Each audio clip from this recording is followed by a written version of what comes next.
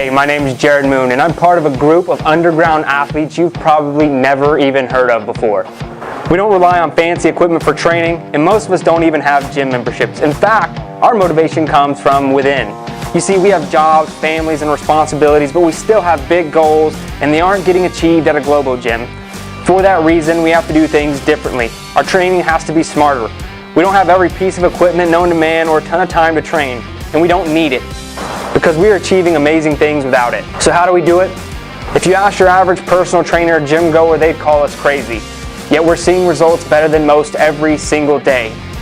And it's happening by blending mental training with physical training and becoming an athlete. What we call, and welcome to, Garage Gym Athlete.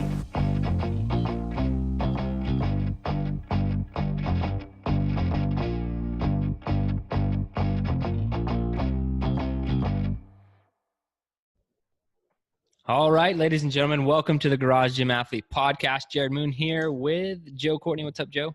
Let's do it. And we have Keith Aasen. How you doing, man? I'm good. Hey, guys. Yeah, I'm glad to have you here because I love doing the international podcasts. Always gives a different flavor, a different perspective. And I think it's awesome that we can actually, that the technology exists, that we can all connect, thousands of miles apart. Joe's in San Diego, Keith's up in Canada, West Coast style, and I'm in Texas. Just pretty awesome. A stone's throw away from the border, though. Yeah. I'll do my best to speak American, but if there's some Canadian in there, maybe we can do subtitle it or something, right? Yeah. Yeah. All right, dude. Well, give us some background. You know, what you do for a living, how you've been training over the last couple of years, and all that good stuff. Sure, sounds good. So I am an engineer with a computer company, so I'm a bit of a builder and maker. Background, though, has been sort of interesting. I only recently came to kind of functional fitness the last few years. I did a 17-year stint where kickboxing was my primary thing, and Muay Thai. Absolutely loved it. But once I kind of crossed that 35-year-old mark, the reflexes start to go. The training was pretty repetitive, and every session was a bit about what's slower today, what move can't I do today, and it was getting kind of depressing about getting that a little older and a little slower. And so I looked for something new and thought running would be my gig. So I as I do with all sports, I jumped into running and signed myself up for a half marathon as a motivator, and I did it. I actually had a pretty good time. I'm an okay runner. I did the first half marathon in 1 hour 30. So wow, that's blazing, man. But I was, I was pretty happy to have it done. After getting it done, I didn't have that. Some people talk about, you do that half and then you want to do the full. I did the half, and I'm like, no, I don't want to do the full. I love it. Checkbox done. That's good. But I did that half marathon. I was 135 pounds, right? I was lean. I got my pictures back from the photographers on the course. Oh, I am a rail, and I really didn't like the body image then. And so how tall are you? I'm 5'8". Okay. Just trying to get some perspective for 135. Yeah. Yeah, so it's pretty lean, yeah. Right? For 135, 5'8". And kickboxing, I'd fought, that helped me. Like, I'd fought in a lighter division, so that means I had reach on most guys. But running had really leaned me out. It had been too far, I think. So I looked for something to build some strength. That's where I discovered CrossFit, and that's when I first started training at home. The whole idea of CrossFit was, find on the internet, find the workouts, and so I bought myself a barbell and built a few things, a few equipment-wise, built a box and started doing that.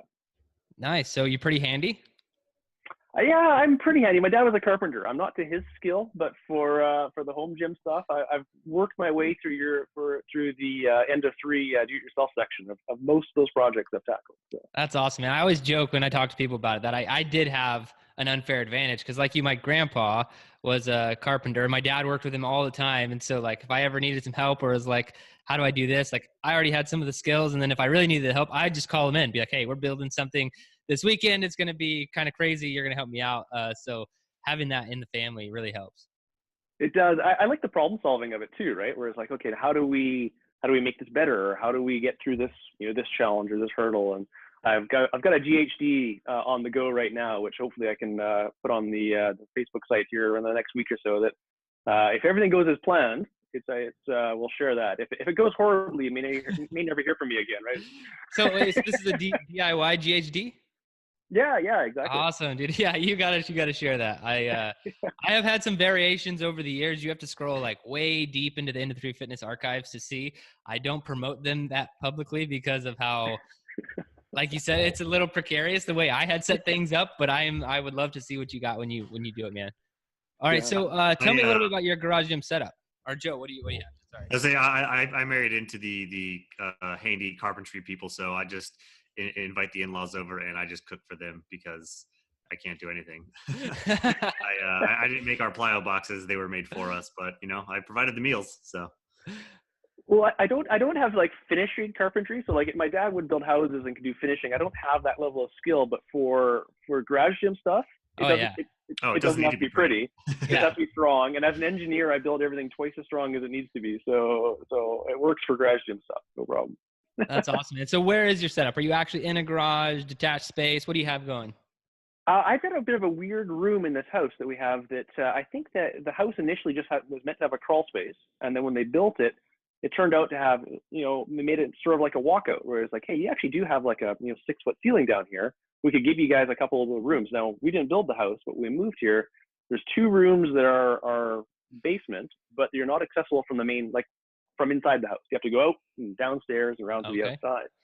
But it works out well because there's no plumbing or anything down there, so you can't really have them as bedrooms and you can't access them from the house. So it worked out to be kind of dead space, and so yeah, it worked out perfect. I got some stall mats, and I don't have a ton of space, and the ceiling is a bit on the low side. I've gotten pretty good on double unders. I have to be really tight with the double unders. And but at least you have enough space for that. That's You do, yeah. And pull-up bars, I have to be really careful on the pull-up because my face, my nose is dragging on the ceiling on the pull-up bars when I butterfly. But it works. That's all I need. That's awesome, man. And I think if you were to get like add 2 inches to your height, you might be I was just thinking that. like a little bit pressed. But I've been in that situation so many times because I've moved so many times. Is like the garage gym ceiling or wherever the space is going to be. Is it going to be enough for double unders or a pull-up bar? And it's always interesting. And the biggest the problem I've had so far is I get used to dumping the bar in the gym, right? Where you undo one clip, you pull a bar, and then you like dump it. And I've got several barbell marks on my ceiling. So I go dump the bar and take the barbell. Because you're tired and you just want to be done. And say, that's awesome. And that's kind of wedged. That's awesome. So what kind of equipment you have? You mentioned some DIY stuff. What else do you have in your space? I had to build a lifting platform because I did a clean and jerk and managed to drop the barbell through the concrete floor. So I built my own, which was surprisingly pretty lean. I think the guys kind of went half effort at that. It was about 1.5 inches of concrete, so it wasn't like it was that heavy of a clean and jerk. But it was a pretty weak concrete floor. So I built myself a lifting platform to kind of cushion the blow and make it a little quieter for the main house. Pull-up bar. Luckily, the chimney goes by there, so I got a wall that I can do my handstand push-ups on. I picked up a Concept 2 rower on used web page like a Craigslist. You probably can't stand that thing up, can you? I cannot stand that thing up. I so. Take it apart. I did pick up a used treadmill because you guys keep programming running, and I live on the top of a hill. So I live at the bottom of a hill. The difference is the first half of your run, okay, the difference with me is my first half of my run is good, and then turning around is like an oh crap moment of trying to make it back up the hill. So I got treadmill for this, because sometimes if it's like a running day, I can walk up the hill as like a extended warm up. Yeah. But whenever there's Murph and you're like, okay, it's just the last bit is the run, and then it's like, oh crap, I have to start up this friggin' hill right now. Yeah. I think there was a day that we had 8 or 12 400-meter sprints, and it was awful because it's just like it's 200 meters straight down, and I was just dying coming back on this. So yeah, I got a treadmill for that. I'd love a true form. That's my my kind of dream piece of equipment, but they're so expensive. I think you could buy an entire garage gym minus a treadmill for their cost. But yeah, I know. Yeah. It has no motor. That's the thing that gets me is it's like a much more simple device that for some reason is they charge way more. Yeah.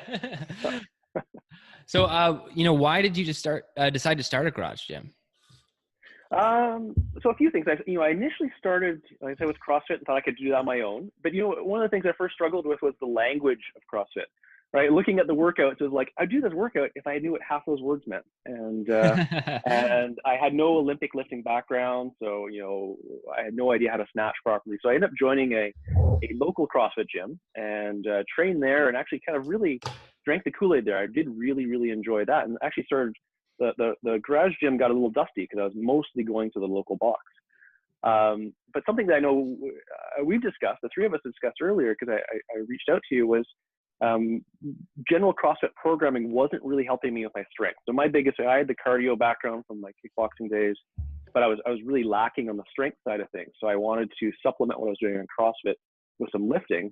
And so this would be 3 years ago, and that's where I stumbled across one man, one barbell. And so I did that, several cycles of one man, one barbell at home, on off days or rest days, and had great results with that. I really enjoyed that. And then about back, I guess early August, our local box closed up, and so I went from training at home a couple days a week, doing one man, one barbell, to joining Garage Gym Athlete full time. And so losing that box was hard, but it was nice to kind of have a program that I knew about and trusted, which was your guys' programming.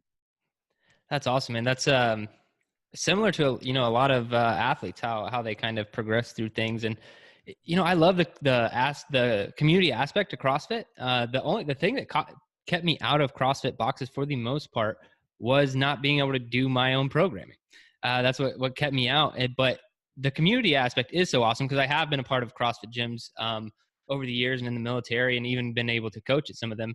My only problem is I end up spending all my time there because I just love that environment so much. Like I finish the workout and then hang out. I could be there 3-4 hours if I didn't have any other commitments. It is really awesome to have that community. I'm sure you do miss it, man. It's how are you kind of combating that now? How are you kind of getting some of the community accountability, all that stuff? It's hard. I did talk to one of my friends from the gym, the box that closed, to sign up for Garage Gym. And so he and I text each other on it every day about how painful the given workout of the day you guys are programming is, and how deceptive they are. The thing that we're finding we're on the shred track, and it's like, man, that looks really easy on paper until you're 10 minutes in about, oh man, that was actually really horrible. So having somebody keeping me accountable that way. I do find you guys did a much better job than I ever expected around having an online community. Like the Facebook page and the forums seem to be very, very solid there, supportive. And I do still compete on a CrossFit team. So there's a local league that competes. Now we struggle a bit because we don't have a home gym, so it's kind of like a beer league CrossFit, but we don't have a home gym to go to. But we still get together. The community still gets together every Saturday morning for coffees. There's a bunch of us at a few different CrossFit gyms, and some of us doing our own thing. And but the community all still gets together, which is pretty awesome. That's pretty cool. That's really cool, man. That's what. Yeah, I'm trying to build that community here. Just recently moved back to Texas. Getting as many people as I can to come over to my garage for Meet Yourself Saturdays every Saturday. And when we have a good turnout, it's pretty awesome. It's a lot of fun to still get that aspect. If you put a little bit of time and effort into kind of building your own community, it's well worth it. Well worth it.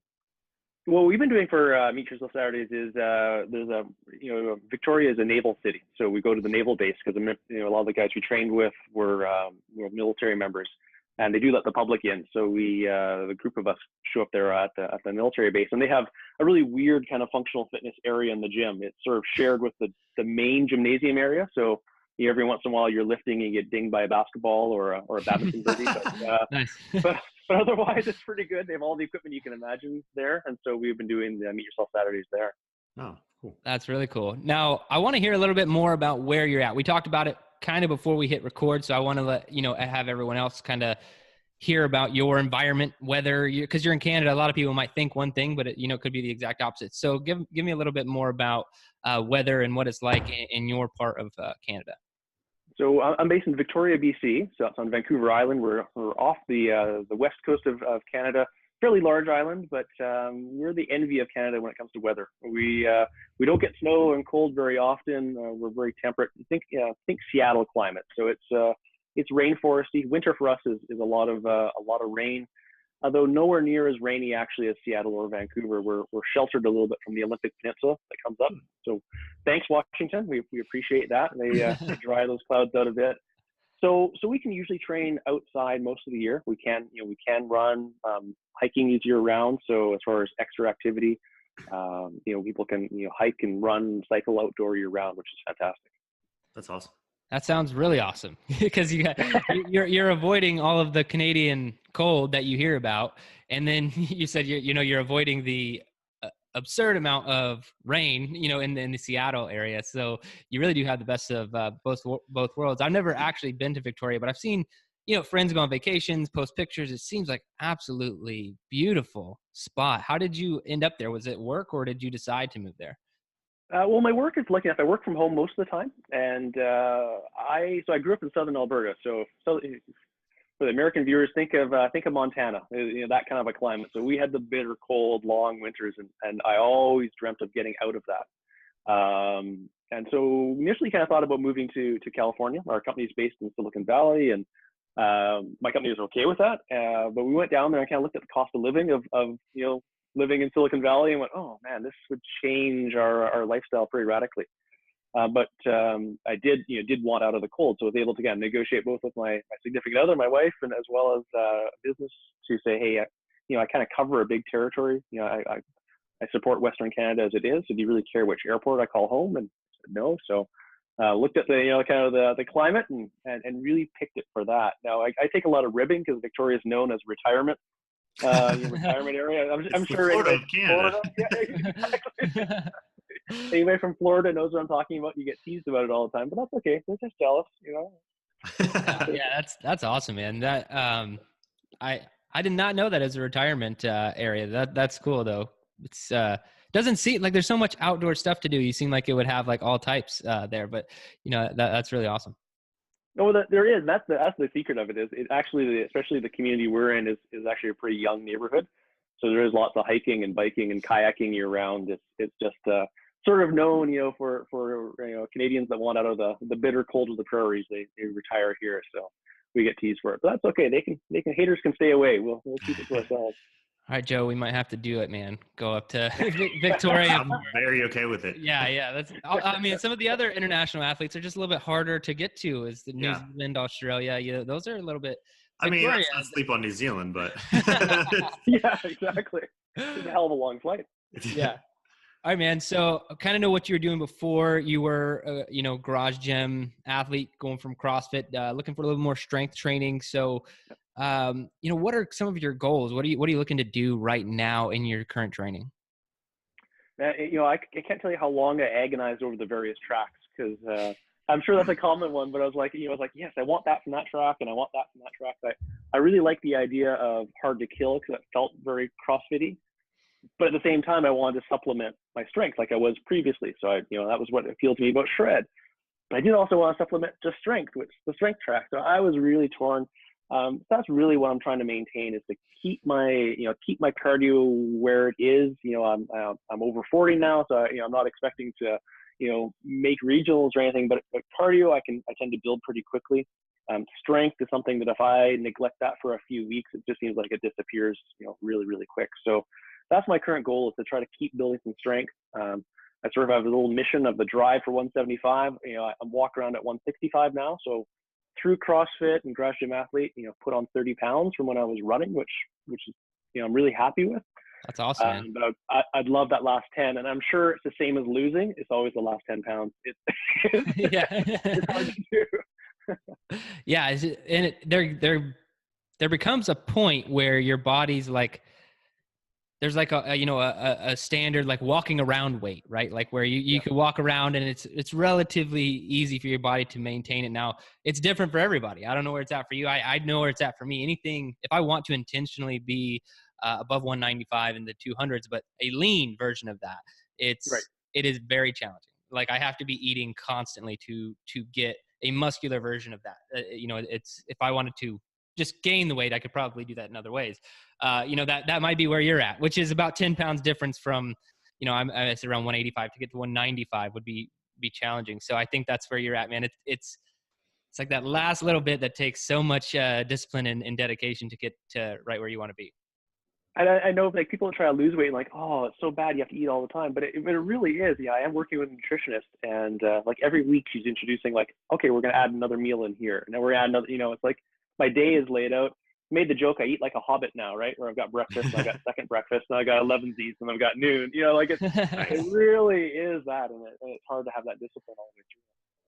That's awesome, man. So what are you work from home, you have a pretty awesome setup. It sounds like you have a good local community. So what is the biggest struggle for you right now in being a garage gym athlete? Well, we chatted a bit about it and again, that's me and that discipline where one thing that's been hard for me to adapt to is, CrossFit, what I did love about it was how many skills were involved. And then when I started, I sucked at everything. So learning is fun. As I start learning these new skills, you get these little kind of mini accomplishments, and those were really, really rewarding. Where it was that, double unders, man, I whipped myself to an inch of my life in double unders, and the number of times I had to catch my speed rope out of a tree because I was trying to learn them on the deck, to the point where it's like you wing that thing into a tree, and then you're like, oh, I can't catch it out of the tree now. Getting those little accomplishments are fantastic. Switching to garage gym athlete, I'm seeing the results. I think one of the problems or the challenges we kind of chatted with was, the 12-week cycle doesn't sound that long, but when you're in the heart of it, is a lot of the movement. It's less variety, fewer movements, but it's the right stimulation. It's the same stimulation. So I think that's my hardest thing right now. Is my little ADD brain has always wanted to learn something new, and it's like, man, I kind of miss handstand walks. I miss I miss bar muscle ups and stuff like that we practiced, wasn't very good at, but I always found that as a challenge, and the fact that the programming in CrossFit was so different every day. So I think it's my biggest challenge right now is to keep that motivation and keep learning things on a standard garage gym athlete programming. Yeah, and that's that's what I was thinking that you would bring up, since we have had previous conversations about it, and that skill work. And that's what we're evolving in our programming. And we talked about in the group and via email how I'm like, I didn't like from a programmer standpoint. I'm like, why would you need to snatch and clean and jerk for hitting triple extension? It's like what you just said. It is absolutely. It's just like learning new skills. I'm a huge fan of Greg Glassman. If you've ever you guys can Google, anyone listening who hasn't heard it, but the Elite Fitness or something like Fitness in 100 Words is one of the most phenomenal definitions of fitness, basically. And because he covers nutrition, he covers the movements you should hit. But I think somewhere at the end of it says regularly learn new sports and skills or something like that. And I do think that that's a fun part of, that the tip of the pyramid, when you kind of already have a good level of conditioning and strength. And it's like, what else can we do? What else skill can I work on? What can I, get better at? And that's actually a huge part of the self-determination theory, just that, continuing to improve is, are you enjoying it? Is it something that you can get good at?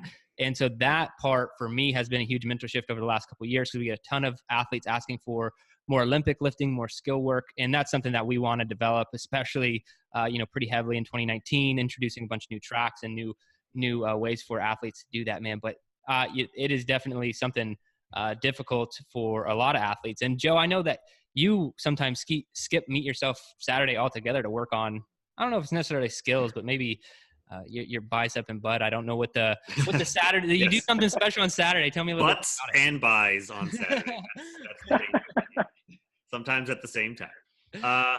No, like, because I just know some of the holes in my fitness, and I know some of the holes in my wife's fitness. So we use that time to do that sort of stuff. So like working on pull-ups for her, working on keeping up my shoulder, because I need to prehab my shoulder before I have to rehab it, and just things that I might want to do, or like there's holes that I can see, like because we only have 4 days of programming. So if we haven't been deadlifting a lot, I might throw in the deadlift, and we'll do accessory bodybuilding type functional strength and stuff like that, and then we'll go on a hike. So It just depends on the week and everything going on. Okay, so not all of that on a Saturday, but that would sound like an awesome Saturday though. Just Yeah. to do like we're working on a bunch of different stuff for like the next 8 hours. It's gonna be Yeah, that's our weekend. That's awesome. It depends on how bad the Meet Yourself Saturday actually is. Whoa, I think I can find something else to do that day. I think Pretty that's much. actually how it works. Oh, condition me to the grave? Yeah, I really need some shoulder work. Exactly. What would you say your favorite skill is, man? Of all the ones that you have worked on in CrossFit, what's your favorite one to execute and practice? Man, I don't know. Double unders are so sweet when you get a good run of them, and they're so frustrating when you don't.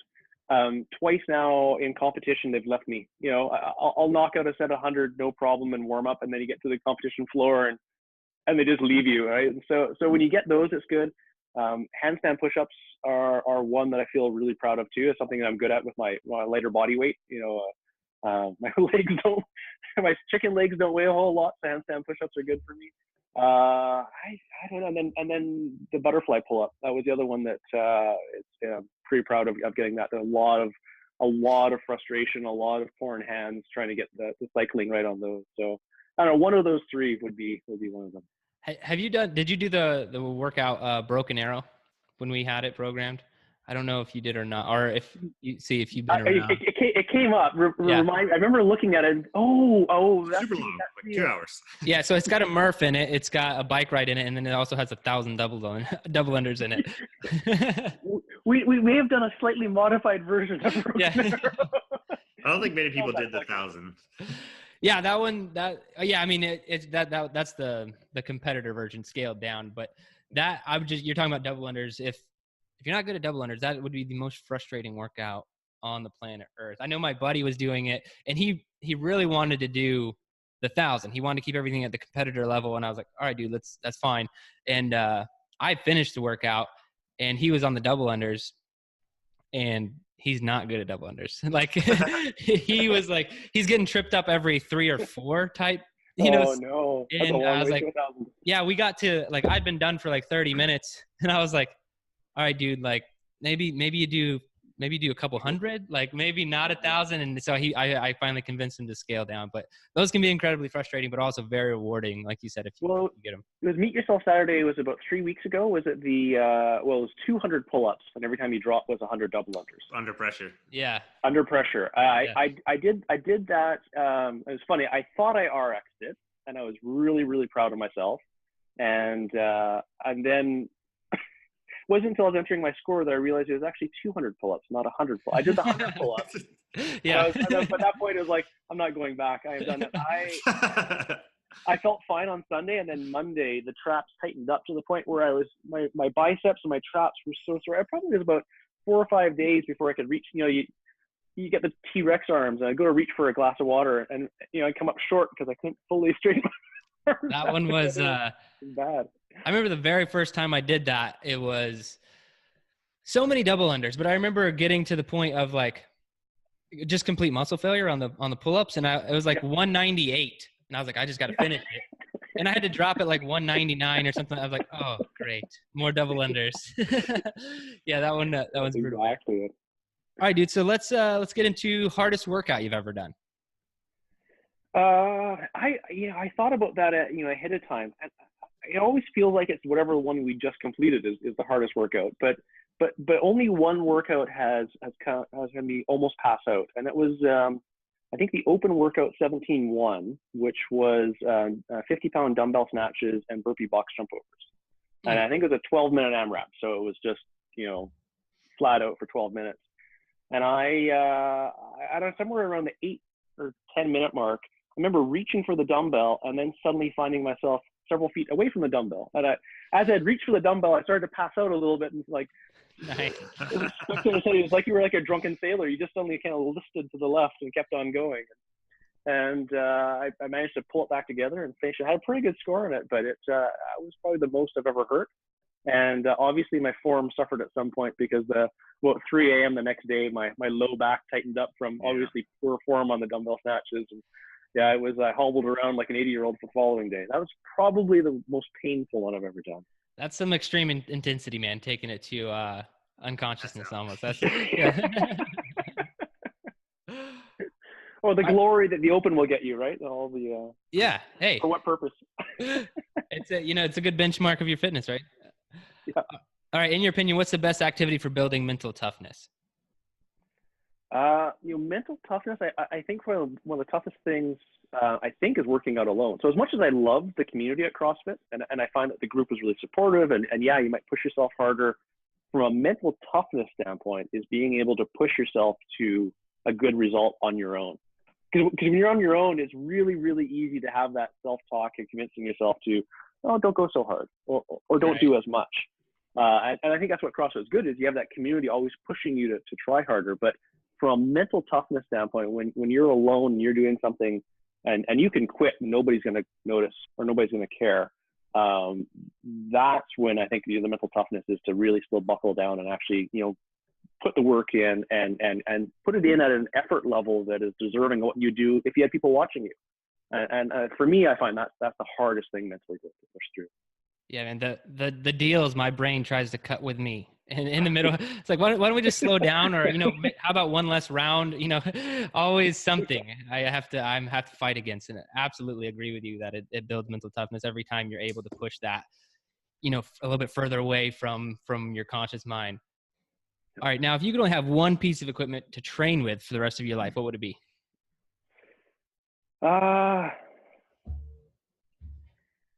It's going to be cliche, and I know a bunch of people say it, but a barbell. I travel with work a ton, and I specifically book hotels that are either have a Olympic bar or are close to a gym that has an Olympic bar. I find That's that awesome. I can still put a workout together with that. Is that there's just enough variety in that barbell. It's so versatile. And I think you do that with one man, one barbell. The things you can accomplish with that one piece of equipment is amazing. I didn't even know you could find gyms with Olympic bars or free bars that aren't on a Smith machine. I think I've got two hotels in Canada that have it. Now there's only, I think, 115 pounds of weight. So it's not like there's much, Yeah. but you can still do a lot with that, right? You can get a lot done. So if you had a bigger cross-based gym, what would be a piece of equipment that you would add to it? Well, I've already mentioned the lufting after a true form. I don't think that's going to happen at those costs. And I think I'm waiting for the do-it-yourself true form runner to appear on End of 3. So. Well, we might need an engineer for that. Hey, maybe we can get together on that. Yeah. How epic would that be? That would be amazing. No, I'm still looking for a good assault bike, right? Right now, I just have the rower, and so I find I end up doing a ton of rowing, which is good. Again, I'm not a strong rower, so all this rowing has been good for that, but I would love to find a good assault bike. They're like gold, though. They're hard to find. I mean, a lot of garage gym athletes out there listening to this. What would your best advice be for them?